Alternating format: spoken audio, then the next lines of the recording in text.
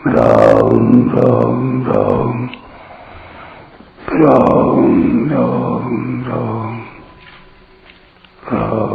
राम राम नारायण नारायण। संबंध 19वें, 20वें और 21वें श्लोक में प्रकृति और पुरुष का वर्णन हुआ है। अब आगे के 22वें श्लोक में पुरुष का विशेषता से वर्णन करते हैं। उपद्रष्टानुमन्ता च भर्ता भोक्ता महेश्वरः परमात्मेति चाप्युक्तो देहेऽस्मिन् पुरुषः परः। यह पुरुष प्रकृति के साथ यानी शरीर के साथ संबंध रखने से उपद्रष्टा, उसके साथ मिलकर सम्मति अनुमति देने से अनुमंता, अपने को उसका भरण पोषण करने वाला मानने से भर्ता, उसके संग से सुख दुख भोगने से भोक्ता और अपने को उसका स्वामी मानने से महेश्वर बन जाता है।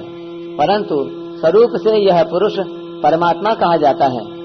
यह देह में रहता हुआ भी देह से पर यानी संबंध रहित ही है। व्याख्या। उपद्रष्टानुमंता च भर्ता भोक्ता महेश्वरः। यह पुरुष स्वरूप से नित्य है, सब जगह परिपूर्ण है, स्थिर है, अचल है, सदा रहने वाला है। ऐसा होता हुआ भी जब यह प्रकृति और उसके कार्य शरीर की तरफ दृष्टि डालता है, अर्थात उनके साथ अपना संबंध मानता है, तब इसकी उपद्रष्टा संज्ञा हो जाती है। यह हरेक कार्य के करने में सम्मति अनुमति देता है, अतः इसका नाम अनुमंता है। यह एक व्यष्टि शरीर के साथ मिलकर उसके साथ तादात्म्य करके अन्न जल आदि से शरीर का पालन पोषण करता है, शीत उष्ण आदि से उसका संरक्षण करता है, अतः इसका नाम भर्ता हो जाता है। यह शरीर के साथ मिलकर अनुकूल परिस्थिति के आने से अपने को सुखी मानता है और प्रतिकूल परिस्थिति के आने से अपने को दुखी मानता है, अतः इसकी भोक्ता संज्ञा हो जाती है। यह अपने को शरीर, इंद्रियां, मन, बुद्धि तथा धन संपत्ति आदि का मालिक मानता है, अतः यह महेश्वर नाम से कहा जाता है। परमात्मेति चाप्युक्तो देहेऽस्मिन् पुरुषः परः। पुरुष सर्वोत्कृष्ट है, परम आत्मा है, इसलिए शास्त्रों में इसको परमात्मा नाम से कहा गया है। यह देह में रहता हुआ भी देह के संबंध से स्वतः रहित है। आगे इसी अध्याय के 31वें श्लोक में इसके विषय में कहा गया है कि यह शरीर में रहता हुआ भी न करता है और न लिप्त होता है। इस श्लोक में एक ही तत्व को भिन्न भिन्न उपाधियों के संबंध से उपद्रष्टा आदि पदों से संबोधित किया गया है। इसलिए इन पृथक पृथक नामों से पुरुष के ही स्वरूप का वर्णन समझना चाहिए। वास्तव में उसमें किसी प्रकार का भेद नहीं है।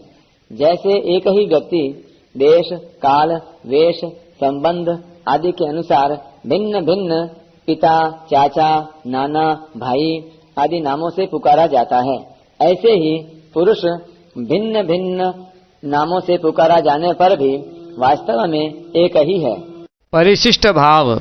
वास्तव में पुरुष पर ही है, पर अन्य के संबंध से वह उपद्रष्टा, अनुमंता आदि बन जाता है। जैसे मनुष्य पुत्र के संबंध से पिता, पिता के संबंध से पुत्र, पत्नी के संबंध से पति, बहन के संबंध से भाई आदि बन जाता है। ये संबंध अपने कर्तव्य का पालन करने के लिए ही हैं, ममता करने के लिए नहीं। वास्तविक स्वरूप तो पर अर्थात सर्वथा संबंध रहित ही है। यहाँ उपद्रष्टा, अनुमंता आदि अनेक उपाधियों का तात्पर्य एकता में है कि चेतन तत्व वास्तव में एक ही है। ज्ञान के प्रकरण में प्रकृति और पुरुष दो का ही वर्णन मुख्य है, अतः यहाँ आए उपद्रष्टा, अनुमंता, ईश्वर आदि सब शब्द पुरुष के वाचक समझने चाहिए।